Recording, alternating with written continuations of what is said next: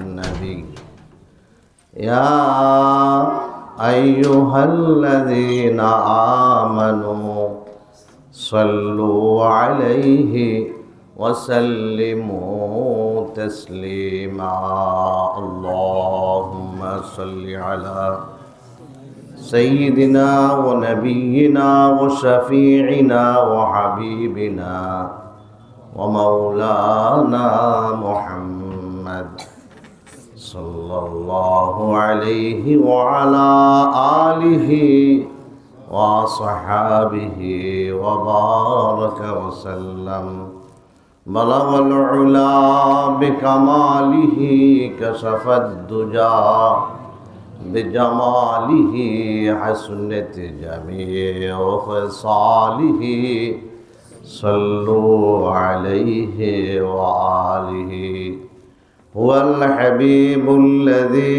ترجى شفاعته لكل هول من الأحوال مقتحم بلغ العلا بكماله كشف الدجى بجماله حسنت جميع خصاله صلوا عليه وآله لا يمكن الثناء كما كان حقه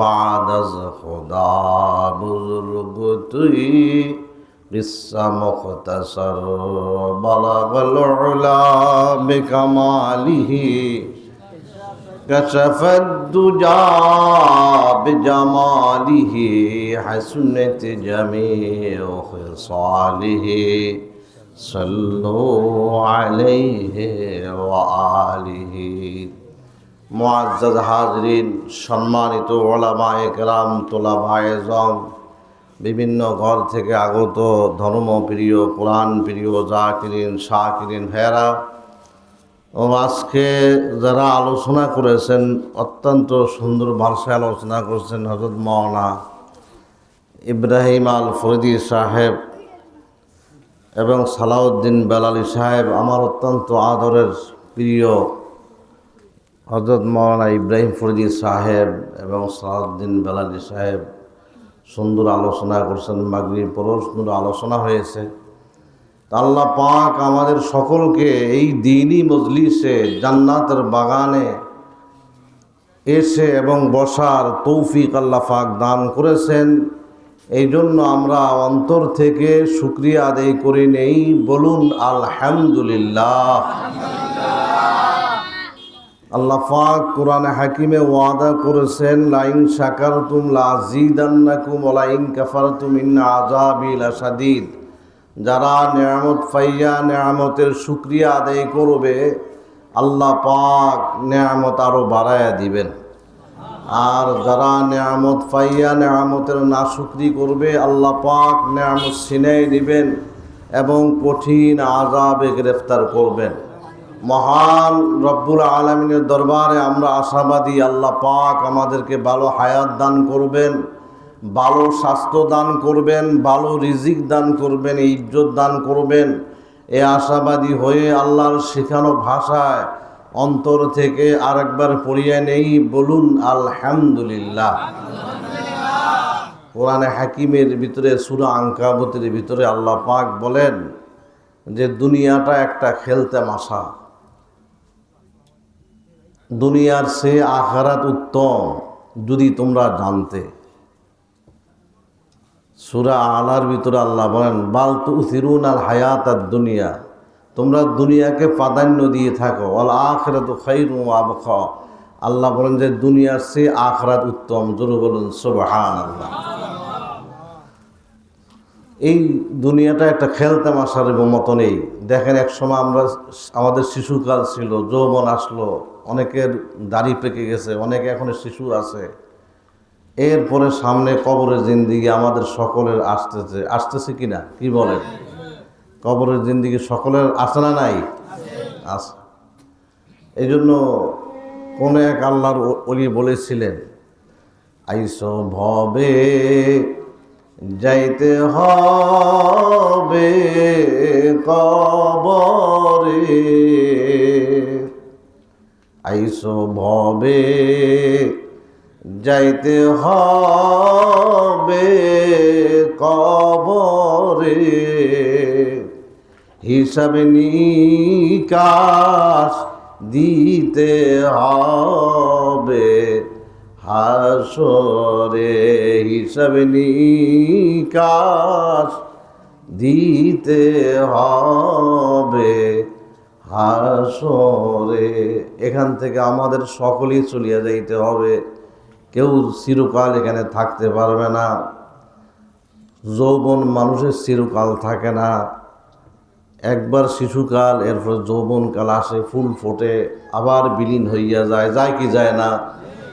হাফেজ সিরাজি রহমতুল্লাহ আলাইহি পারস্যের লোক ছিলেন। উনি গভীর রাত্রে, অমাবস্যার রাত্রে অন্ধকারের ভিতরে ফোঁটা ফোঁটা বৃষ্টি হয়, শীতকালীন সময়, নদীর পাড়ে গেছে, ও পারে তার মাহবুবা বন্ধুর সাথে সাক্ষাৎ করবে। নৌকা নাই, কিস্তি নাই, কি করবেন? একটা মরা লাশ যাইতেছে। ওই সময় উনি মরা লাশ ধরলেন, ওপারে মাহবুবার সঙ্গে দেখা করবেন। আল্লাহ পাকের গায়েব থেকে এলাম হলো, আল্লাহ পাক বললেন, শোনো হাফেজ বতু গোয়াম কে গুল তাজা নামি মানাদ, আগার মানাদ সবে মানাদ, সবে দিগার নামি মানাদ, গুলাজ গুলসা গুলস্তা তরু তাজা নামি মানাদ, আগার মানাদ সবে মানাদ, সবে দিগার নামি মানাদ, हमेशा बइज्जत खाना नमी मानाद, अगर मानाद सबे मानाद, सबे दीगर नमी मानाद। আল্লাহ পাক হাফেজ সিরাজকে ইলহাম করে বললেন, ও হাফেজ শোনো, ফুল চিরদিন তাজা থাকে না, যদি থাকে এক রাত, দ্বিতীয় রাতে আর থাকে না। বাগানের ফুল ছিঁড়লে যদি তাজা থাকে এক রাত, দ্বিতীয় রাত্রে আর তাজা থাকে না। ও হাফেজ শোনো, ইজ্জত মেহমান এটা থাকে এক রাত, দ্বিতীয় রাত আর থাকে না, চিরস্থায়ী থাকে না। হেজাবে নোয়ারসার বরতর সৌহারে নামি মানাদ, আগার মানাদ সবে দিগার নামি মানাদ। ও হাফেজ শোনো, একটা নববধূ ঘণ্টা দেনওয়ালা নববন্ধু স্বামীর আলিঙ্গনে, সেও সৌন্দর্য চিরকাল থাকে না, থাকলো এক রাত, দ্বিতীয় রাত আর থাকে না। ঠিক তদ্রূপ আমাদের জীবনটা এরকম, এখন আছি, কিছুদিন পর আমরা এখানে আর থাকবো না, সব বিলীন হইয়া যাইবে। ওই সময় আসার আগে আগে নিজের জিন্দিগিকে গুছানো দরকার, যে আমার পুরা জিন্দিগিকে আমি মুহাম্মদুর রাসূলুল্লাহর তরিকার উপর উঠাইয়া দিব। রাজি আছে নাকি ইনশাআল্লাহ তাআলা? ওই সময় আসার আগে আগে একদিন সময় শেষ হইয়া যাইবে। হযরতে নূহ আলাইহিস সালাম উল্লাহ আজম একজন পয়গম্বর দ্বীনের দাওয়াত দিতেছিলেন। তো উনি বলতেছিলেন, ইস্তাগফিরু রাব্বাকুম ইন্নাহু কানা গাফফারা, তোমরা আল্লাহর কাছে ক্ষমা চাও। ক্ষমা চাইলে কি হবে? আল্লাহ পাক আসমান থেকে রহমতের বৃষ্টি দিয়া তোমাদেরকে সাহায্য করবেন। ওয়ায়ুমদিদকুম বিআমওয়ালিন ওয়া বানিন ওয়া ইয়াজআল লাকুম জান্নাতিন ওয়া ইয়াজআল লাকুম আনহারা, এবং মাল দিয়ে, সন্তান দিয়ে, বাগান ক্ষেত খামার দিয়ে আল্লাহ পাক তোমাদেরকে সাহায্য করবেন। তো এই জন্য ইস্তিগফার বেশি বেশি আমরা আল্লাহর কাছে করব। রাজি আছি নাকি ইনশাআল্লাহ তাআলা? আল্লাহর কাছে খালেস দিলে আমরা তওবা করব এবং ক্ষমা চাইব।